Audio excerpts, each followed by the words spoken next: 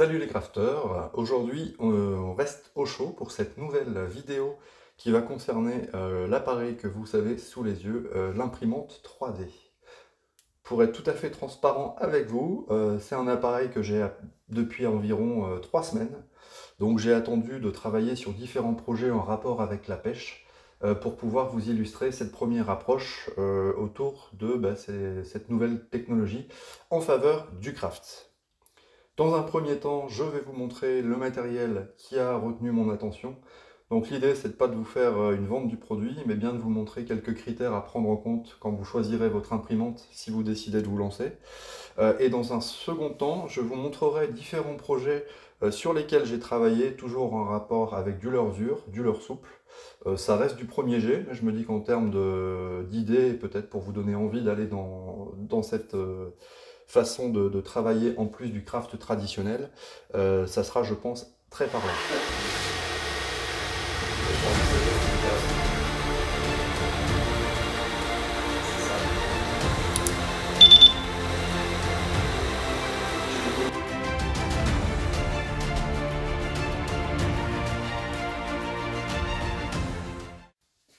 Donc l'imprimante 3D, l'impression 3D, en quoi ça consiste? Techniquement, on a un filament qui va se présenter ici en forme de rouleau, qui va suivre tout un chemin jusqu'à une tête d'impression, une buse d'impression, qui va être chauffée pour fondre la matière, et qui va se déplacer en synchronisation parfaite avec un tapis qui va lui aussi bouger, pour réaliser le modèle que vous avez matérialisé au préalable. Donc ça veut dire que deux possibilités, soit vous achetez des fichiers, soit vous achetez ou vous téléchargez gratuitement sur internet des fichiers STL qui vous permettront de réaliser, d'imprimer des modèles réalisés par d'autres personnes, ou l'idéal étant de faire les vôtres et d'arriver à des conceptions qui vont être dédiées à la pêche et notamment au leurre pour le brochet. Particularité de l'imprimante, donc la BQ B1 pour ceux qui se demandent ce que c'est qu'elle va être sur une taille super compacte.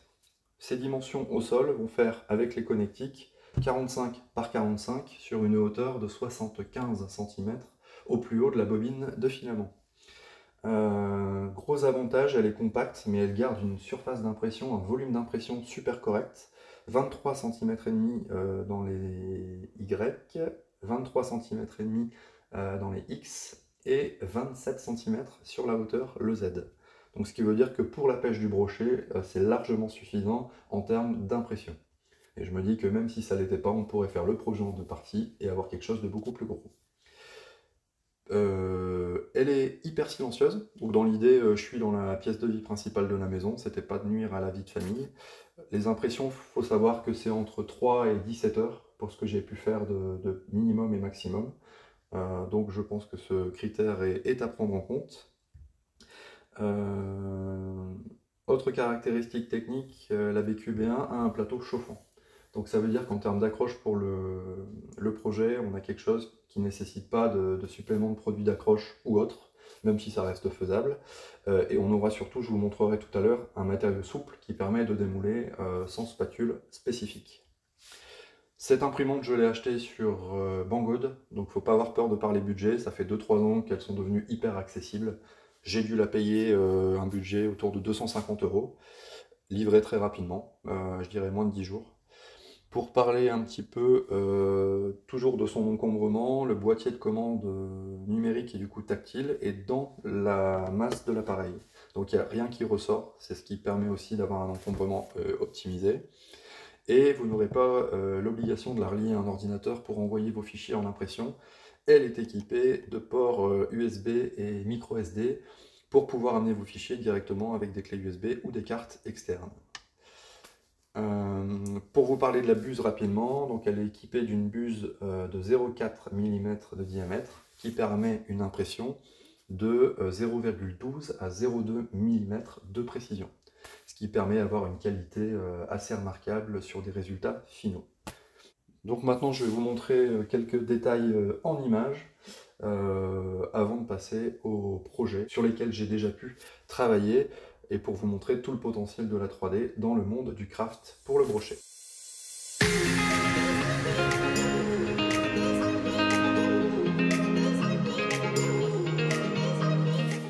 Donc l'imprimante est livrée démontée. Par contre, vous allez avoir ce mode d'emploi qui va être livré avec, en tout cas sur ce modèle. Alors il est en anglais, mais les schémas sont très explicites et avec, pour mon cas, 3 bonnes heures de montage et de réglage, le résultat obtenu d'une imprimante efficace et fonctionnelle sans difficulté particulière. Une fois votre imprimante montée et correctement calibrée, réglée, il va falloir l'alimenter avec le filament, qui est sa matière première pour dessiner. Donc ils vont se matérialiser dans ce format, en général des bobines de 1 kg, sur un diamètre de fil standard de 1,75 mm. Donc quand vous les recevez, les bobines sont sous vide, donc dans ce format là. Et particularité des sachets anti-humidité, car le matériau est sensible aux UV et à l'humidité. Donc si vous n'utilisez pas votre imprimante sur des périodes plutôt longues, il est conseillé de ranger les bobines dans des boîtes étanches aux UV en maintenant bien la présence de ces petits sachets pour conserver le produit. À savoir qu'un produit ouvert a une conservation moyenne de 12 mois. Donc voilà, il faut aussi gérer ces quantités pour ne pas perdre en coût de produit. Une bobine comme ça va osciller entre 25 et 60 euros. Donc il faudra voir quels sont vos besoins en termes de résistance, de couleur et éventuellement de rendu. On parle de phospho, on parle de transparent, on parle de monochrome. Le choix est vaste, c'est à vous de décider ce qui vous convient le mieux. Pour des premières impressions, je suis parti sur un monofilament blanc. L'idée, c'était de se dire que si je faisais des leurres durs, il serait prêt à peindre directement grâce à cette couleur claire. Donc afin de faciliter le passage du fil dans les différents éléments de la machine, on va utiliser une petite pince coupante qui est livrée avec l'appareil et qui va permettre de couper en biseau. Voilà. L'imprimante est équipée d'un support de bobine sur la partie supérieure. Donc il suffit simplement de poser la bobine sur l'axe prévu à cet effet et de libérer un peu de longueur.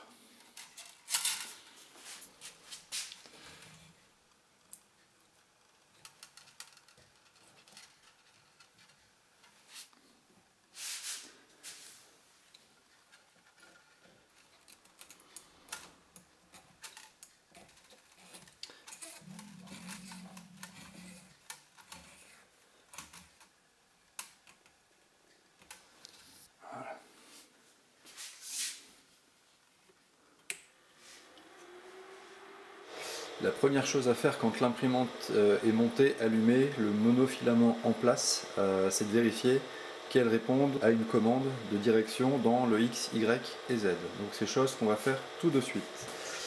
Pour cela, on va aller dans Menu, Mouvement, Déplacer, Menu, Mouvement, X. Donc on voit bien que l'imprimante monte, répond, Y, on voit bien que le plateau recule, et Z, l'imprimante monte et descend. Donc tout est opérationnel. Il va falloir régler la planéité du plateau sur lequel sera imprimé les différentes réalisations. Donc pour cela, il y a dans le même mode, mais je vais refaire le chemin, menu, ça doit être dans niveau, voilà. Vous avez différents points de contact à tester entre la hauteur de la buse et le plateau chauffant pour s'assurer que le niveau est parfaitement horizontal. Donc on va faire la première manipulation pour vous montrer comment on fait. Donc la buse se met en place sur le premier point de référence. Il suffit de vous équiper d'une feuille de papier. Voilà. Donc la feuille doit passer avec une légère résistance et là ça veut dire que la hauteur entre la buse et le tapis est idéale.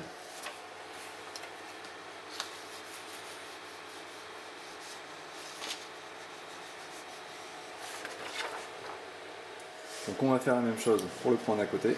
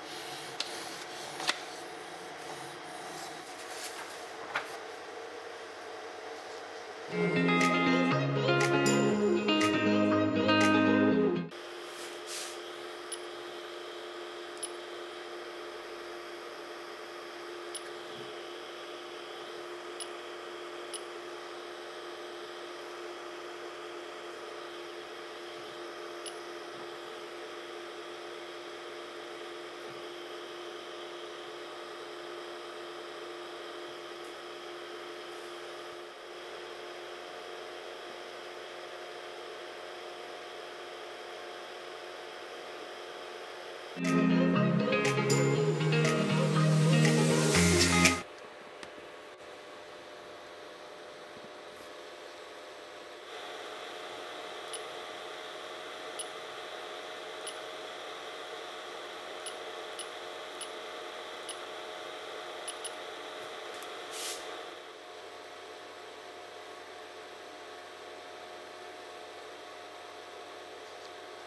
tout est opérationnel, ce qui permet de se dire que la configuration semble correcte pour lancer le fichier test.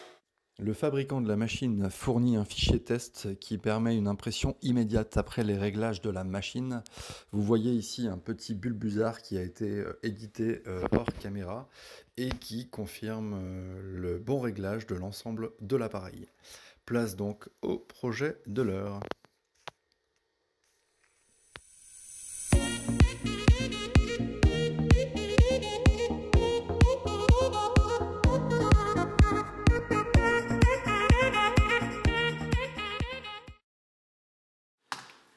Le logiciel qui va permettre de dessiner la 3D, donc il y en a plusieurs, hein, Blender, Fusion 360 pour les plus connus. Personnellement, j'ai fait le choix d'aller sur Fusion 360, qui est un logiciel 3D développé par Autodesk.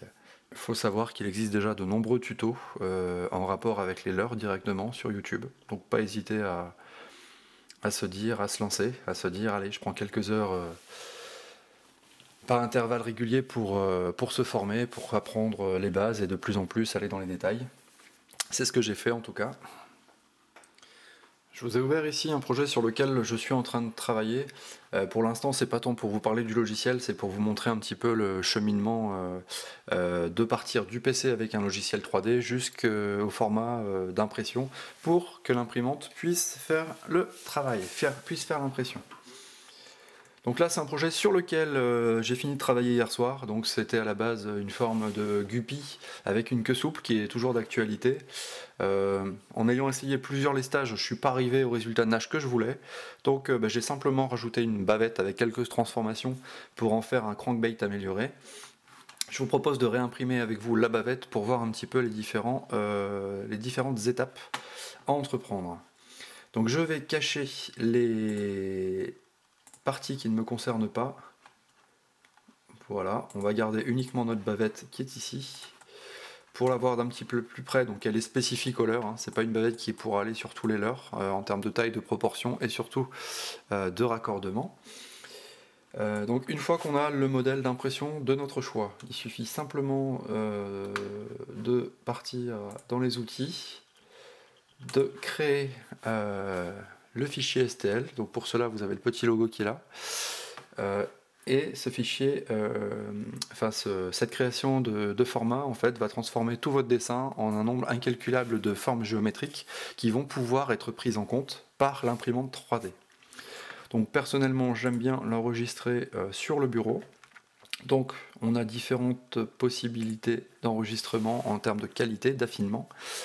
J'essaye toujours d'avoir la meilleure qualité possible, donc je reste sur haut. Je valide, il va me demander un endroit d'enregistrement, je vais le mettre sur le bureau. Bavette tuto YouTube. Voilà, comme ça on a un fichier qui est enregistré en format STL.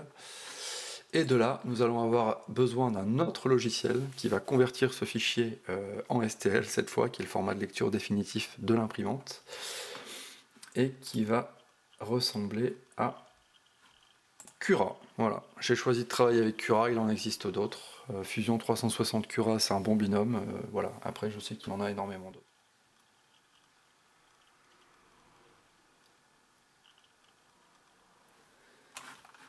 Voilà, on a Cura qui vient de s'ouvrir. Donc Cura, il suffit simplement de renseigner votre imprimante pour qu'il puisse matérialiser la taille précise de votre plateau d'impression, et il va spontanément placer l'impression au centre de celle-ci. Donc là vous retrouvez la forme de la bavette, voilà. Les zones bleues correspondent à la zone contact du plateau, donc c'est parfaitement bien configuré. Nous allons avoir tout un tas de paramétrages à remplir. Donc vous voyez ici par exemple la qualité d'impression qui peut évidemment aller de 0,12 à 0,28. Je vous ai dit 0,20 tout à l'heure, c'est 0,28. Donc ici, la hauteur des couches d'impression 0,2 mm, ça marche très bien. On peut évidemment les affiner, hein. Vous allez avoir ensuite tout un ensemble de paramétrages au niveau de la coque, au niveau des épaisseurs intérieures, extérieures à configurer. Donc évidemment, tous ces paramètres, plus ils vont être précis et remplis, et plus ils vont avoir un impact sur la durée d'impression. Le remplissage, c'est ici, là il est à 50%, c'est simplement pour vous montrer, et vous pouvez sélectionner le type de motif que vous souhaitez dans le remplissage. Le matériau aura des caractéristiques de température à respecter. Donc ici je suis parti sur un matériau standard qui nécessite une température d'impression au niveau de la tête à 195 degrés et du plateau à 50. Donc j'en profite pour les recalibrer correctement. La vitesse d'impression sur du standard, on est en 60 mm seconde. Donc après, c'est à voir à vous si vous souhaitez aller un peu plus vite ou un peu moins vite. Activer la rétractation du matériau pour la précision, ça peut être pas mal. Les supports, quand vous avez des parties qui ne sont pas en contact avec le plateau, je vous les conseille, ça évite d'avoir des fils qui font des choses assez cracra. Toujours pour rester précis, en sachant que ces supports vont se retirer super facilement quand vous serez amené à nettoyer votre impression pour l'exploitation finale. Donc une fois que tout ça pour vous est correct, on ferme. On va appuyer sur découper. Et ce découpage va nous donner le temps d'impression estimé, ici à 16 minutes, 2 grammes de matériau, soit 0,60 mètres. En cliquant sur aperçu, on pourra aller un peu plus loin dans le détail, c'est-à-dire anticiper l'extrapolation des couches.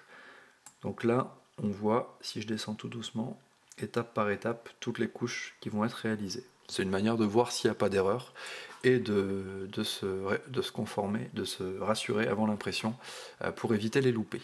Voilà.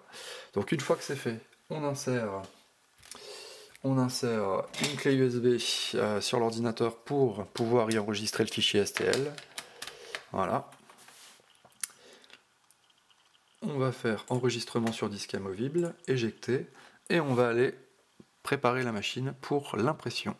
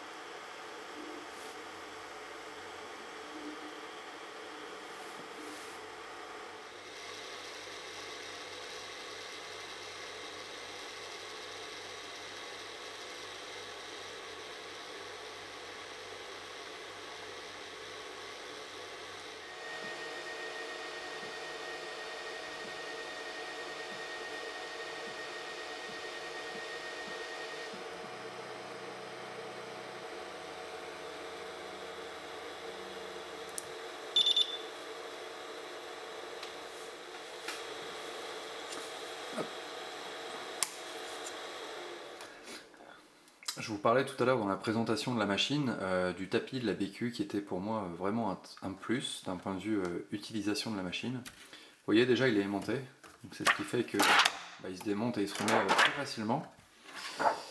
Et tout ce qui concernera le décrochage des impressions, vous voyez il est très souple. Donc le fait qu'il soit souple, ça va permettre de décrocher les impressions sans aucun effort, y compris les zones de traçage. Voilà. Voyez. Et ce tapis, l'avantage c'est qu'il est recto verso, donc quand on a un côté un peu abîmé à l'usage, on peut utiliser l'autre. Et il se remet en place super facilement.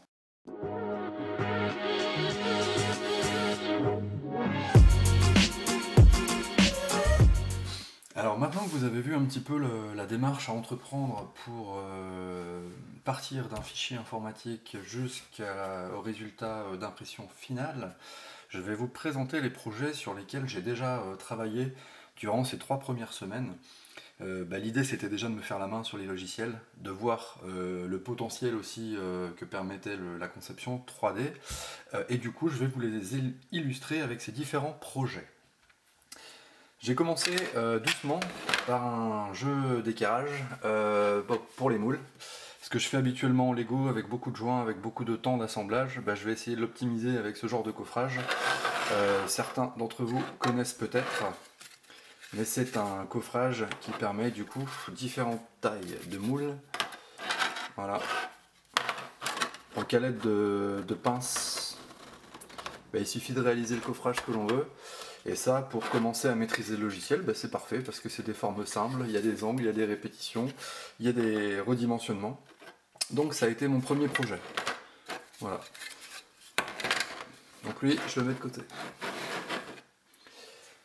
La deuxième chose sur laquelle j'ai travaillé, cette fois, ça concernait des LS. Donc j'ai le frangin qui me demande des petits leurres depuis très longtemps, je me suis dit que la 3D était l'occasion.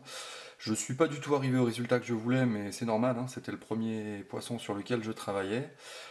Mais pour vous montrer que j'en ai fait un exemplaire et qu'à chaque fois, je me suis amusé à faire des petites modifications. Donc l'idée de ça, c'était de toujours prendre la main sur le logiciel et de voir ce que pouvaient donner des résultats d'impression sur des toutes petites sections, comme vous voyez ici, où j'ai à peine 1,5 mm de largeur en vue de dessus sur le leurre. Donc soit disant passant, il n'est pas très beau, mais franchement il nage super bien. Et du coup j'ai pour projet de les refaire de façon beaucoup plus propre en termes de finition, mais la 3D permet des choses très petites et surtout très symétriques qui seraient beaucoup plus compliquées sur du craft traditionnel. Donc les petits leurres, c'est ok. Voilà, je le mets de côté. La troisième chose sur laquelle j'ai travaillé, c'est ce crankbait.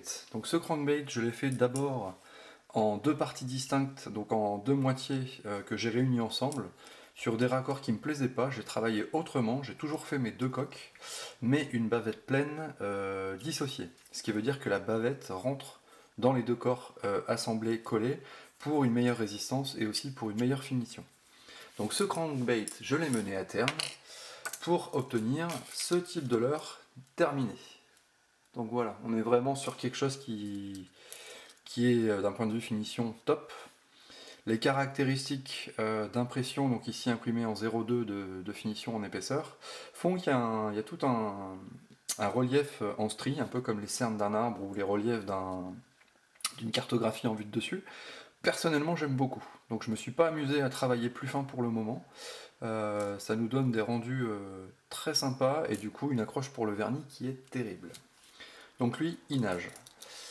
Particularité de la résine sur des coques, enfin sur des leurres, pardon, c'est qu'on va pouvoir travailler les creux. Et les creux, d'une part pour la flottaison et d'autre part pour les rattles, pour le bruit. Je ne sais pas si vous entendez, mais pour le coup, on a quelque chose de très prononcé avec une bille qui est toute petite. Donc déjà là, j'ai travaillé avec des billes de lestage, la moitié du leurre en volume d'air et une partie pour le rattle, pour le positionnement du rattle. Voilà. Donc là ensuite je suis monté en puissance en termes de design, je commençais à être un peu à l'aise à prendre la main, donc je me suis orienté sur un swimbait que vous avez ici. Ce swimbait je l'ai matérialisé, je l'ai modélisé, il me permet pour le moment de comprendre un peu l'importance des volumes d'air par rapport aux masses pleines.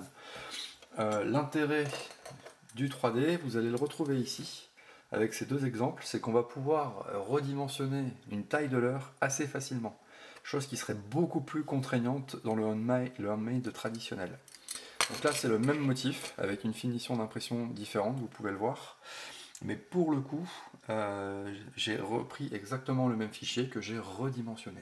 Donc on parlait de petits leurres tout à l'heure, ça veut dire simplement qu'on a le loisir de faire autant de leurres que nous souhaitons et dans les formats que nous souhaitons. Donc quantité de travail moindre par rapport au handmade traditionnel où il faudrait tout refaire de A à Z.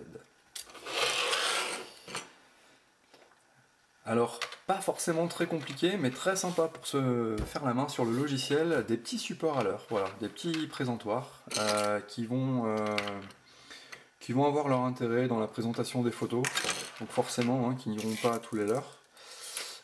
Mais dans l'idée, c'était encore une fois de se faire la main sur le logiciel, et aussi d'aller plus loin dans les détails, parce que là, je me suis amusé toujours avec des présentoirs, mais cette fois en y représentant mon logo. Donc pour vous dire qu'en termes de personnalisation, les possibilités sont infinies et les résultats franchement fun. Donc là pour le coup c'était le plat blanc que j'ai peint à l'aérographe pour donner les effets que vous voyez.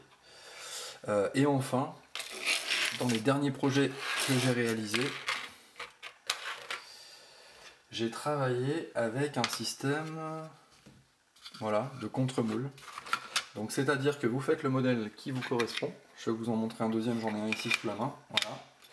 Sauf que là, vous allez faire le négatif du volume que vous souhaitez.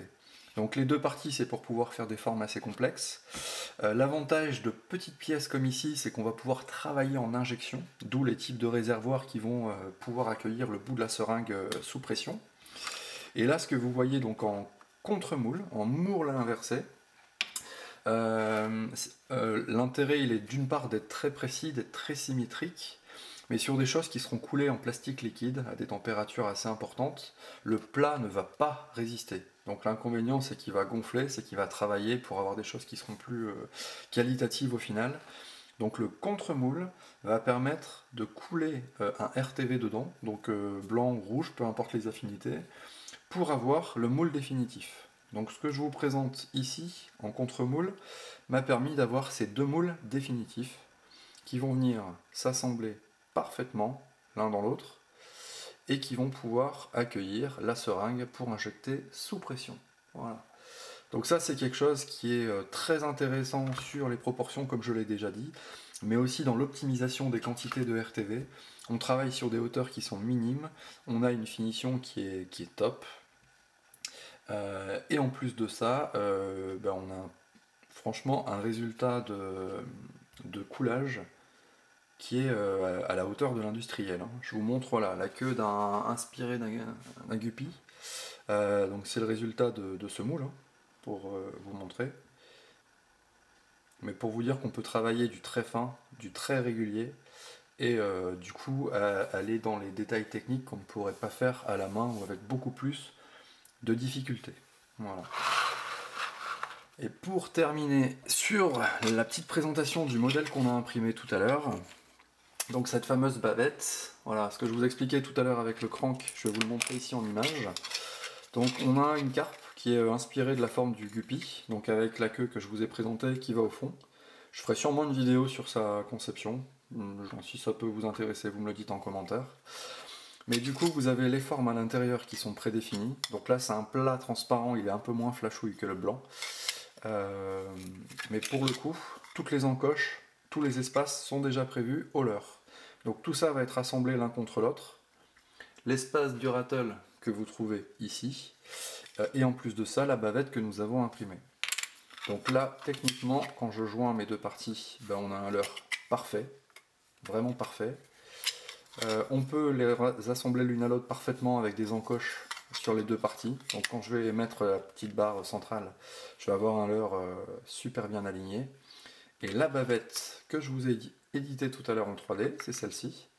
Elle va venir s'insérer parfaitement dans le leurre pour le transformer en crankbait. Voilà. Donc pour moi tout ça c'est vraiment des plus de la 3D. Je mets absolument pas de côté évidemment le handmade traditionnel. Mais j'explore d'autres horizons avec ces outils informatiques et 3D qui sont juste sans limite. Voilà. Surtout, n'hésitez pas à me mettre en commentaire des remarques ou des pistes d'amélioration ou d'évolution de vidéo aussi. Si vous avez des sujets sur lesquels vous voulez que je réfléchisse pour des futures vidéos, n'hésitez pas à me les suggérer en commentaire. Dans tous les cas, en ce qui me concerne, j'ai énormément de projets en tête, dont une pieuvre à réaliser en plastique souple. avec un kit matériel que j'avais gagné de bricoleur sur un groupe, la Maison du Craft, voilà, qui m'avait permis de gagner un peu de matériel de craft. Donc j'aurai probablement dans les projets à venir, voilà, tout le déroulé de la conception jusqu'au coulage de cette pieuvre. Pour vous illustrer un petit peu une chronologie de A à Z sur un projet complexe. J'espère que cette vidéo vous a plu, elle était brève, elle était introductive encore une fois, donc voilà, soyez indulgents, je travaille les produits depuis à peu près 3 semaines, donc j'espère que je vous ai illustré le pourquoi du comment la 3D a son intérêt et son rôle dans le handmade, dans la pêche, et en particulier dans la pêche du brochet en ce qui me concerne. N'hésitez pas, si la vidéo vous a plu, le pouce bleu qui va bien, l'abonnement, on partage un maximum. Et je vous dis à très bientôt pour une prochaine vidéo. Salut les crafters!